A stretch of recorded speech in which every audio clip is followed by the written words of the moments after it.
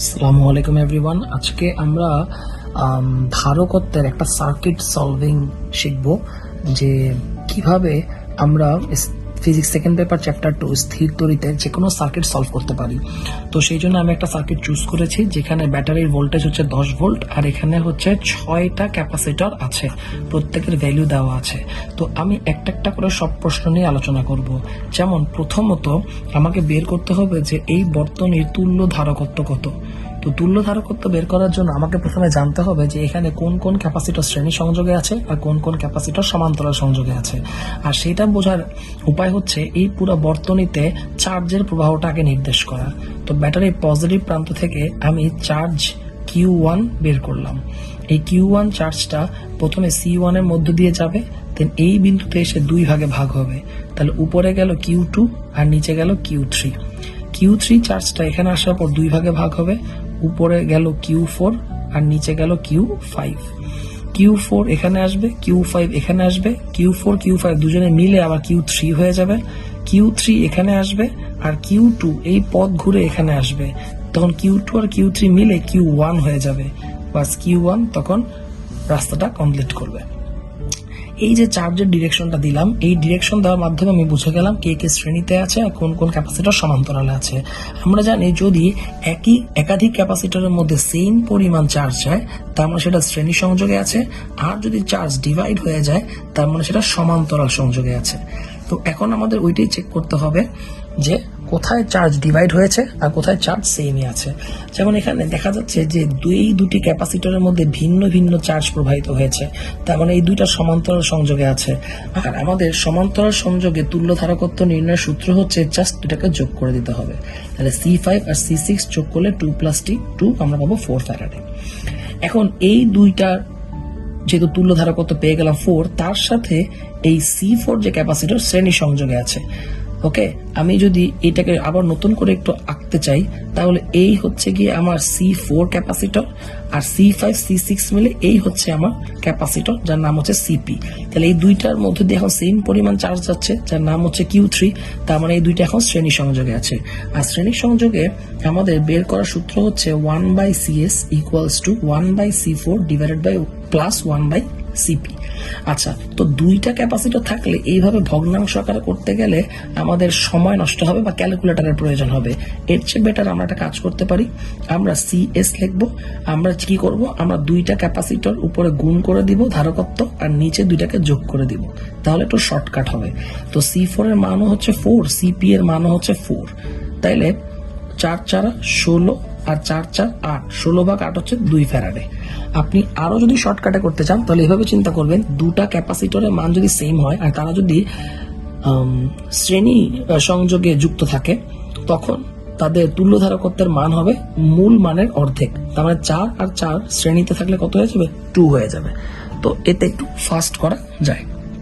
ওকে, এখন আমার সার্কিটটা চেহারা হয়ে গেছে এরকম।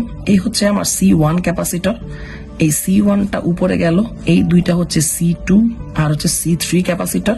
এখানে তিনটার পরিবর্তে একটা ক্যাপাসিটর আছে যার নাম হচ্ছে CS। তো এখন এই দুইটা ক্যাপাসিটরের মধ্যে কি সেম চার্জ প্রবাহিত হয়েছে, তাহলে এই দুইটাও কি শ্রেণী সংযোগে আছে।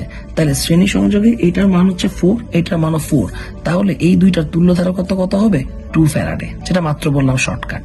আর এইটার সাথে এইটা আবার আছে কি সমান্তরাল সংযোগে, তো তখন সমান্তরাল সংযোগে উপরে হচ্ছে 2 ফ্যারাডে আর নিচে CS এর মান হচ্ছে 2 ফ্যারাডে। তাহলে 2 + 2 কত হয়ে গেল, 4 ফ্যারাডে।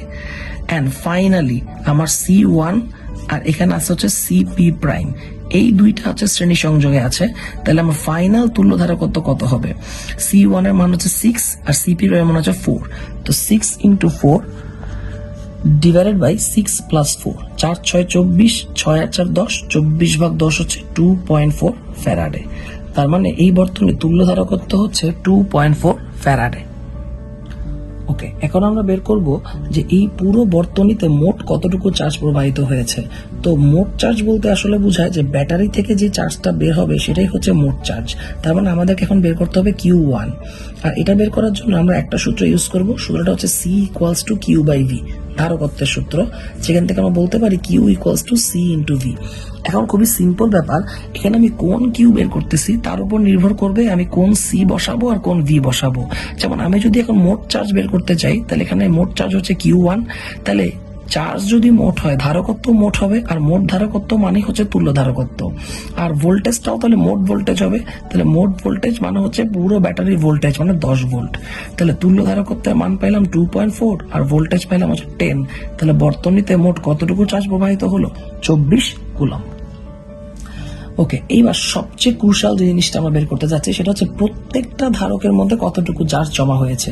যেমন আমরা চিত্রের মধ্যে বলেছি যে C1 এর মধ্যে গেছে Q1, C2 C3 এর মধ্যে Q2, C4 এর মধ্যে Q3, C5 এর মধ্যে Q4 আর C6 এর মধ্যে Q5। আমাদের এখন প্রত্যেকটা চার্জ ইন্ডিভিজুয়ালি বের করতে হবে। তো Q1 তো আমি বের করে ফেলেছি, এখন আমার পালা হচ্ছে Q2 বের করা। ওকে, সূত্র আমার সেমই থাকবে, তাহলে আমি যদি সূত্র বসাই Q equals to C into V, তাহলে এখানে Q যদি হয় Q2, তাহলে আমি দেখব এই Q2 এর জন্য সি আর ভি এর ভ্যালু আমি কত বসাতে যাচ্ছি। যেমন প্রথমে চেক করব Q2 কার মধ্য দিয়ে গিয়েছে, C2 আর C3 এর মধ্য দিয়ে, তার মানে এখানে সি হবে হচ্ছে C2 আর C3 এর তুল্য ধারকত্ব। C2 C3 এর তুল্য ধারকত্বকে কিন্তু আগে আমরা CS প্রাইম দ্বারা প্রকাশ করে এসেছি, এই যে যার মান আমরা 2 ফ্যারাডে পেয়েছি। আর ভোল্টেজ, এবার ভোল্টেজটা আসলে কোন ভোল্টেজ বোঝাচ্ছে? C2 এর এইটা আছে এই বিন্দুতে, আর C3 এর আরেক প্রান্ত আছে এই বিন্দুতে। এই দুইটা বিন্দুর নাম আমি ধরলাম A আর B, যাতে আপনি টিচারকে সহজে বুঝাতে পারেন যে আপনি এ বি প্রান্তের বিভব পার্থক্য নির্ণয় করতে চাচ্ছেন। তো CS প্রাইমের মান আমি জানি 2 ফ্যারাডে। এখন আমার এই এ বি প্রান্তের বিভব পার্থক্যটা প্রয়োজন, যেটা আমার জানা নেই, তাহলে এটাও আমি বের করে ফেলতে পারবো, আর এটা বের করার জন্য আমার এই সূত্রটারই প্রয়োজন হবে। তো এই সূত্র থেকে আমি যদি ভিটাকে আলাদা করে নিই, তাহলে আসবে কিউ ডিভাইডেড বাই সি। এখন আমি বের করতেছি এ বি প্রান্তের বিভব পার্থক্য। আমাকে দেখতে হবে এ আর বি এর মধ্যে কয়টা ক্যাপাসিটর আছে।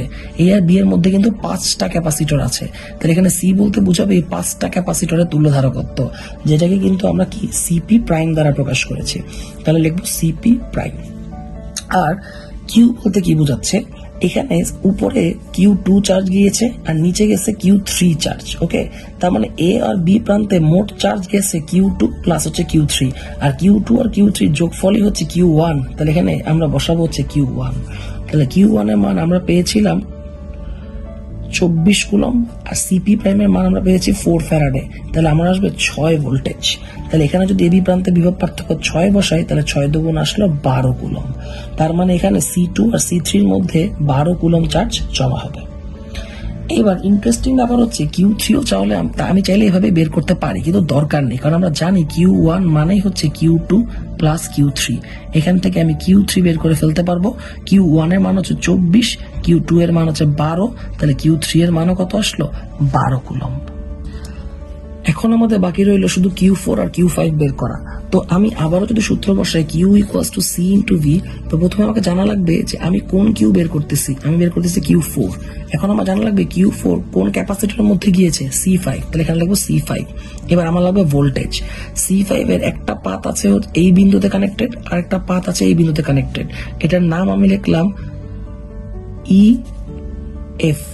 তার মানে এখানে ভোল্টেজ হচ্ছে E আর F বিন্দুর বিভব পার্থক্য। C5 এর মান আমি জানি 2 ফ্যারাডে, কিন্তু E আর F এর বিভব পার্থক্য আমি জানি না, তাহলে এটাকেও আমার বের করতে হবে। সূত্র হচ্ছে V equals to Q divided by C. এবার আমি যদি বিভব পার্থক্য বের করতে চাই E আর F এর, তাহলে আমার জানা লাগবে প্রথমে যে E আর F এর মধ্যে কয়টা ক্যাপাসিটর আছে। E আর F এর মধ্যে ক্যাপাসিটর আছে 2টা, C5 আর C6, যেটাকে কিন্তু আমরা কি CP দিয়ে প্রকাশ করেছি। আর এখানে গেছে Q4 চার্জ, এখানে গিয়েছে Q5 চার্জ, তাহলে মোট চার্জ হচ্ছে Q4 প্লাস Q5 মান হচ্ছে Q3। এখানে বসাই দেবো Q3 এর মান আমি পেলাম 12 কুলম্ব। আর এখানে 2 আর 2 সমান্তরাল পেলাম 4, তাহলে আমার আসলো 3 ভোল্টেজ। তাহলে এই যে 3 ভোল্ট আমি পেলাম, এই 3 ভোল্টের মান এখানে বসায় দিলাম, তাহলে আমি পেলাম 3 দুগুণা 6 কুলম্ব। বাস, আমি Q4 পেয়ে গেলাম। তাহলে আমরা জানি Q3 সমান Q4 প্লাস Q5। এখান থেকে আমি Q5 বের করে নিব। Q5 যদি বের করতে চাই, Q3 এর মান হচ্ছে 12 কুলম্ব, Q4 এর মান হচ্ছে 6 কুলম্ব, তাহলে Q5ও আসলে কত? 6 কুলম্ব। তো আমি চাইলে আরেকটা কাজও করতে পারতাম। আমি যেই মুহূর্তে দেখলাম যেখানে দুইটা ক্যাপাসিটরের মান সেম, তার মানে চার্জ এখানে পুরো ইকুয়ালি ডিভাইড হয়ে যাবে। তাহলে Q3 আমি জানি কত কুলম, 12 কুলম। তাহলে 12 কুলম যখন দুই ভাগে ডিভাইড হবে তখন এদিকে যাবে 6, এদিকে যাবে 6। এটা শুধুমাত্র তখনই হবে যখন ক্যাপাসিটরের মান সেম হবে তখন। তো সেই ক্ষেত্রে আমরা শর্টকাট করতে পারি, কিন্তু আমি পুরো থিমটাকে এক্সপ্লেইন করে দিলাম। যদি ক্যাপাসিটরের মান ভিন্ন হইতো তাহলে কিন্তু আমাদেরকে এই মেথডই আগাইতে হইতো। তো এভাবে প্রত্যেকটা চার্জের মধ্যে ক্যাপাসিটরের মধ্যে কতটুকু চার্জ জমা হয়েছে আমরা সেটা বের করতে পারবো। এবার সার্কিট সলভিং এর লাস্ট যে দুইটা কোশ্চেন আমাদেরকে টিচার করতে পারে সেটা হচ্ছে বর্তনীতে সঞ্চিত মোট শক্তি নির্ণয় করো এবং প্রতিটি ধারকে ইন্ডিভিজুয়ালি আলাদা আলাদা কতটুকু শক্তি জমা হবে সেটা নির্ণয় করো। তো দুইটার জন্য আমরা দুইটা ডিফারেন্ট সূত্র ইউজ করব। বর্তনীতে সঞ্চিত মোট শক্তির জন্য আমি ইউজ করব হাফ CV²। তো এখানে যেহেতু আমি বের করতেছি মোট শক্তি, তাহলে সি মানে হচ্ছে মোট ধারকত্ব বা তুল্য ধারকত্ব, আর ভি বলতে বোঝাবো হচ্ছে টোটাল ভোল্টেজ, যেটা আমাদের সার্কিটের জন্য ছিল 10 ভোল্ট। বাস তুল্য ধারকত্বের মান জানি, টোটাল ভোল্টেজের মান আমি জানি, ক্যালকুলেশন করে ফেলবো।